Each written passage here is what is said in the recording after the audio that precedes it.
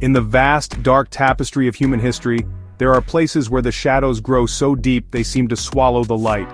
Sobibor was one such place. Built in occupied Poland during the Second World War, it was not a prison camp or a labor camp. It was a death camp, a factory designed with a single chilling purpose, the extermination of human beings. The Nazis, under a plan they called Operation Reinhard, created this place to systematically murder Jewish people and others they deemed undesirable. It was a place of calculated cruelty, hidden away in a forest, designed to erase lives from existence efficiently and without a trace. Life within Sobibor was a constant negotiation with death. Upon arrival, most people were sent directly to the gas chambers, their journeys ending within hours. A small number, however, were selected to work. They were forced to sort the belongings of the murdered, to work in workshops, or to perform other tasks that kept the machinery of death running smoothly. These prisoners lived under the constant threat of violence from the SS guards and their Ukrainian auxiliaries. Every sunrise was a question, every sunset a temporary reprieve. They existed in a world stripped of humanity, where fear was the air they breathed and despair was the ground beneath their feet. The camp was meticulously designed to deceive and to control. New arrivals were told they were at a transit camp, that they would soon be sent to work elsewhere after a shower to delouse them. This lie was a cruel tool, meant to prevent panic and ensure the killing process went on without interruption. The prisoners who were forced to work saw the truth every day. They saw the mountains of clothes, the suitcases, the family photographs left behind. They knew the terrible secret of the showers and the ever-burning fires. They lived with the ghosts of thousands, a silent, heavy weight on their souls. This place was meant to be the end of the line. It was designed to break the human spirit before it broke the body.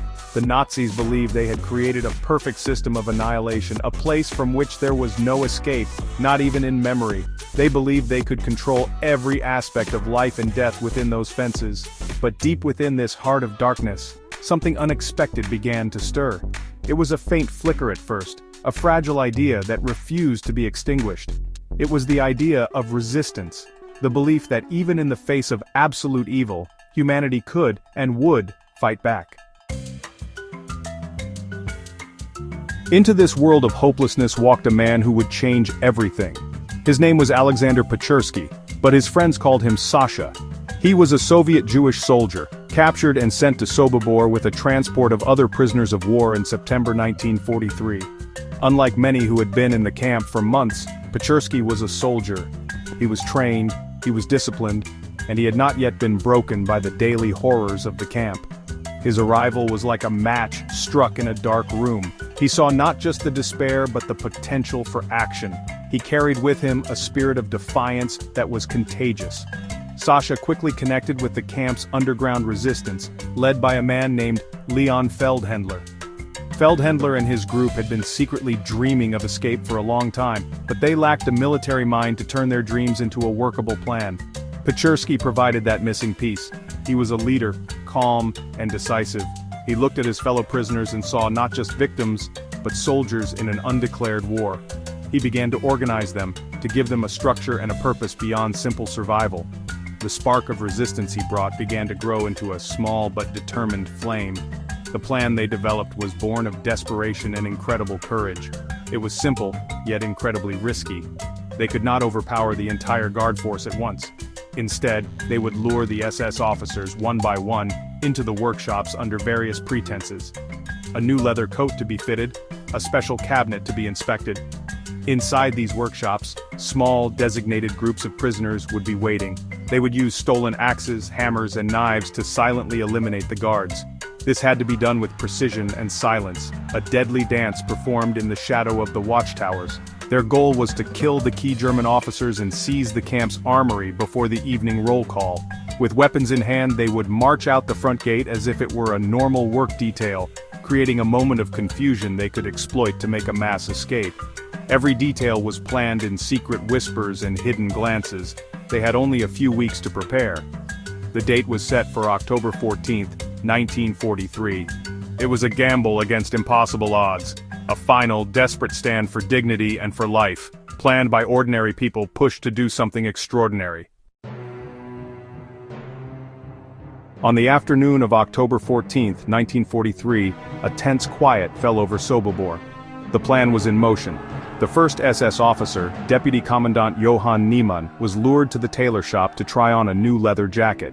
As he stood admiring himself, two prisoners struck him down with an axe. The uprising had begun. One by one, in different workshops across the camp, the story repeated itself. SS officers, summoned for one reason or another, walked into traps laid by the prisoners. In the span of a single hour, about a dozen of the most brutal Nazi guards were silently killed, their bodies hidden away from sight. The first phase was a success. The prisoners now moved to the next part of the plan, securing weapons. A group of them managed to break into the German armory, gathering rifles and ammunition. But things did not go perfectly. A guard discovered one of the bodies and sounded the alarm. The carefully planned, orderly escape was no longer possible. The camp erupted into chaos. Gunfire echoed through the air as the remaining guards in the watchtowers opened fire indiscriminately into the crowd of prisoners now gathering in the main yard. The time for marching out the front gate was over. Alexander Pechersky stood on a table and yelled to the panicked crowd. He told them the SS officers were dead and that their only chance was to run. "Forward, comrades, for our motherland, for Stalin!" he shouted, his voice cutting through the noise. His words ignited the crowd. They surged forward, a human wave of desperation and hope. They ran not for the main gate, which was now heavily guarded, but directly for the fences. They ran through a hail of bullets, using their bodies and crude tools to tear through the barbed wire that had imprisoned them for so long.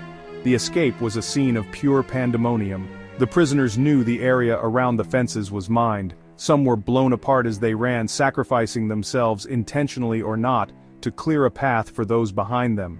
They climbed over the bodies of their friends, driven by the primal instinct to be free. Of the roughly 600 prisoners in the camp that day, about 300 managed to break out of the fences and flee into the surrounding forests. The uprising, born in whispers, had exploded into a roar of defiance that the Nazis could not contain. The escape from Sobibor was only the beginning of another brutal struggle for survival. The prisoners were free from the camp, but they were now fugitives in a hostile land. The Nazis launched a massive manhunt, scouring the forests and villages for the escapees. Many of the prisoners were hunted down and killed in the days and weeks that followed. Others perished from starvation, exposure to the cold, or were betrayed by local collaborators. The forest that promised freedom was also a place of great danger.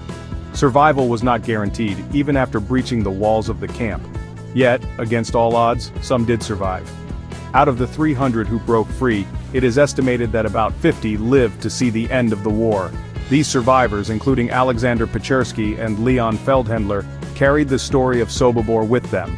They became living witnesses to both the horrors of the camp and the incredible bravery of those who refused to die quietly. Their testimonies ensured that the uprising would not be forgotten. They spoke for the millions who were silenced, giving a voice to the courage that blossomed in the darkest of places. Furious and humiliated by the revolt, the Nazis tried to erase Sobibor from the map and from memory. They understood that the story of a successful uprising at a death camp could inspire others. So, they brought in prisoners from a nearby camp to dismantle every building, every fence, every trace of what had happened there. They leveled the ground, planted trees, and turned the site into an innocent-looking farm. They wanted the world to believe that Sobibor had never existed. They wanted to bury the story of their failure beneath the earth itself, but they did not succeed. The story of Sobibor survived because the escapees survived. It became a powerful symbol of Jewish resistance during the Holocaust. It proved that even when faced with certain death, the human spirit could choose to fight back. The uprising was a testament to the fact that victims could also be heroes, that there is a breaking point for despair, and that the will to live and be free is one of the most powerful forces in the universe. The echoes of their courage continue to inspire us, reminding us that even in the deepest darkness, a single spark of defiance can light the way.